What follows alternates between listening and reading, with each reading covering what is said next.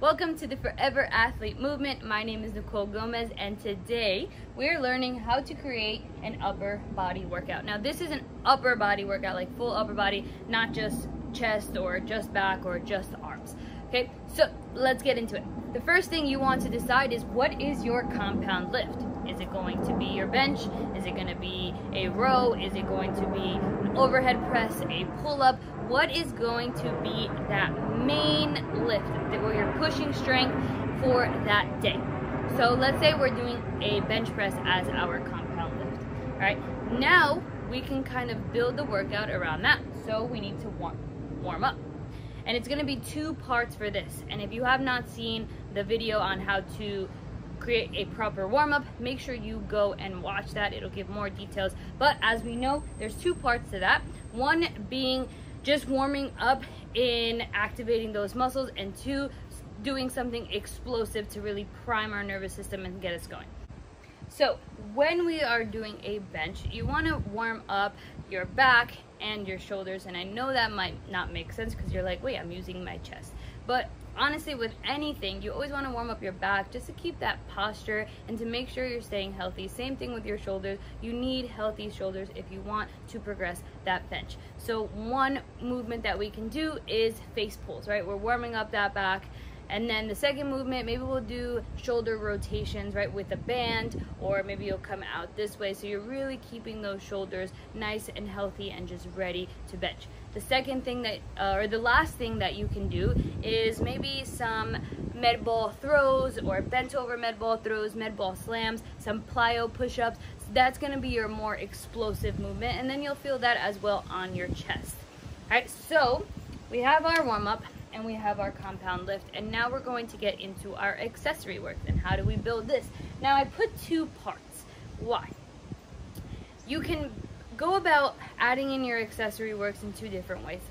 The way that I like to do it is I usually plan my compound lifts for the week, and we will get into that in future videos. But if I am bench pressing one day and the next day of that week, or the next upper body session that week, I am doing a pull-up, my accessory work will actually work towards that other lift. So if I'm benching this day, I'll put my bench accessory works on this day, right? So they kind of work in the same way, and we're still getting that full volume for the week. And this will actually help, because if you are really smashing your chest for that compound lift, your chest is going to be sore. So if we don't add the accessory work, and instead we add it to the second day, you'll be able to perform a lot better on that accessory work that other day, because you're not sore from your compound lift. Same thing. Now, if we were doing pull-ups and then you're doing lat pull-downs, you're going to be tired because you just use your lats. So if we put on the other day, that overall volume for the week is better. You're able to just push more and do better on all these lifts, and they add up for the week in general. So let's say we do it that way. We are benching first, and then I'm gonna work on my pull-ups because that's my Thursday compound lift. So then you can do lat pull downs, or something else. We're working our back. Now you can do your rows. You can add this, your overhead press. Figure out, how do you want to add in these accessory works. And I like to think of it as like muscles. So I just worked my chest, and now I have to work my back. You always want to work your back at least twice as much as your chest. Why? Because we spent a lot of our days in a forward position. We are on the computer, we're on our phones, we grab things, we do things here. Right? So you're kind of always here. No matter how good your posture is, you're always in a forward position. So when we work our back, we're really just focusing on just keeping upright and strengthening that back, since we don't use it as much. So you always want to do double the amount of back at least. You can even crank it more than that.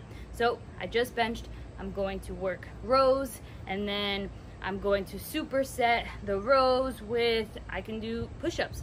I'm still working my chest, right? Or I can do overhead press.